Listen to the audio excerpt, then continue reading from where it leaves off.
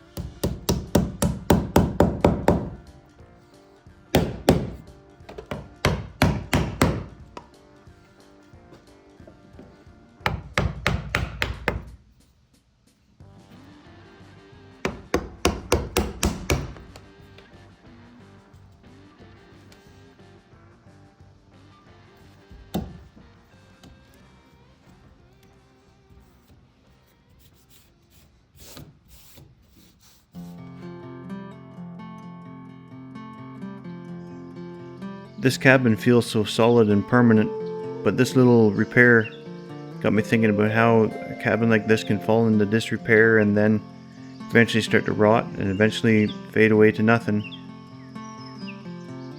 Just across the road from here, right up until the late 60s, there was an auto mechanic shop.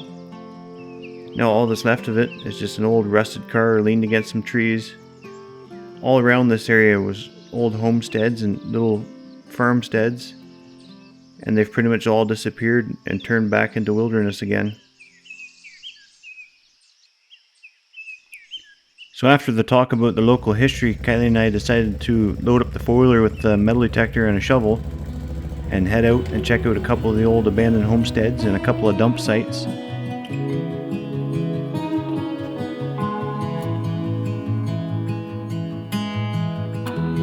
Give me your strength and show me your weakness. We're in this together now. We're in this together now. Give me your love and tell me your secrets. 'Cause we're in this together now. Yeah, we're in this together now.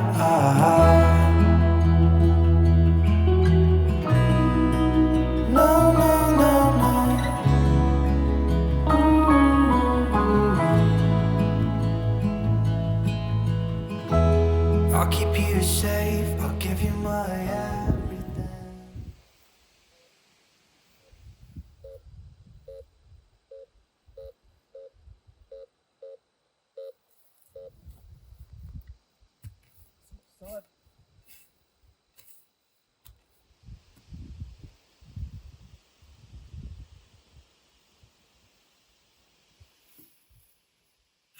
One of those pinpointer things would be handy. So it didn't take long to realize that the grass was long and my patience was short. So we abandoned the metal detector and decided to just look around and see what we could find. So one thing that caught our attention right off the get-go was this whole homestead was covered in peas.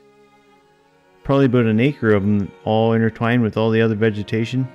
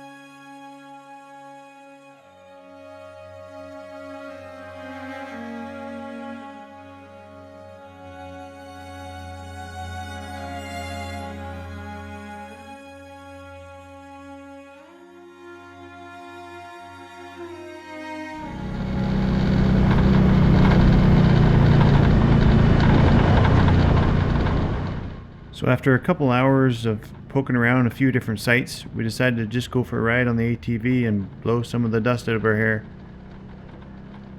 And along the ride, we stopped at this beautiful creek. It actually was used back in the day to float logs out to the Ottawa River. But now it's just down to a trickle. But it's a beautiful spot, just looks like something right out of a fairy tale.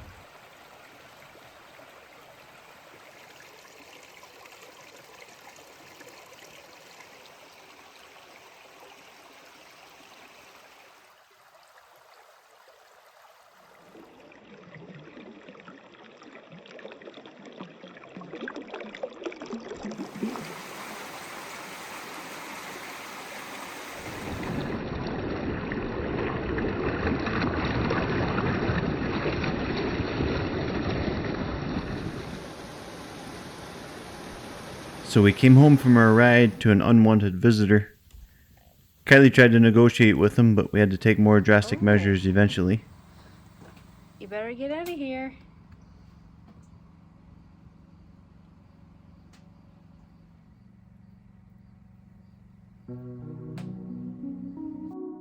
After spending the day looking at sights from days gone by, I struggled to find a lesson in it all. Other than maybe we're not as permanent as we think we are. And what we're supposed to do with that, I'm not quite sure. But something to think about when you're sitting around the campfire at night.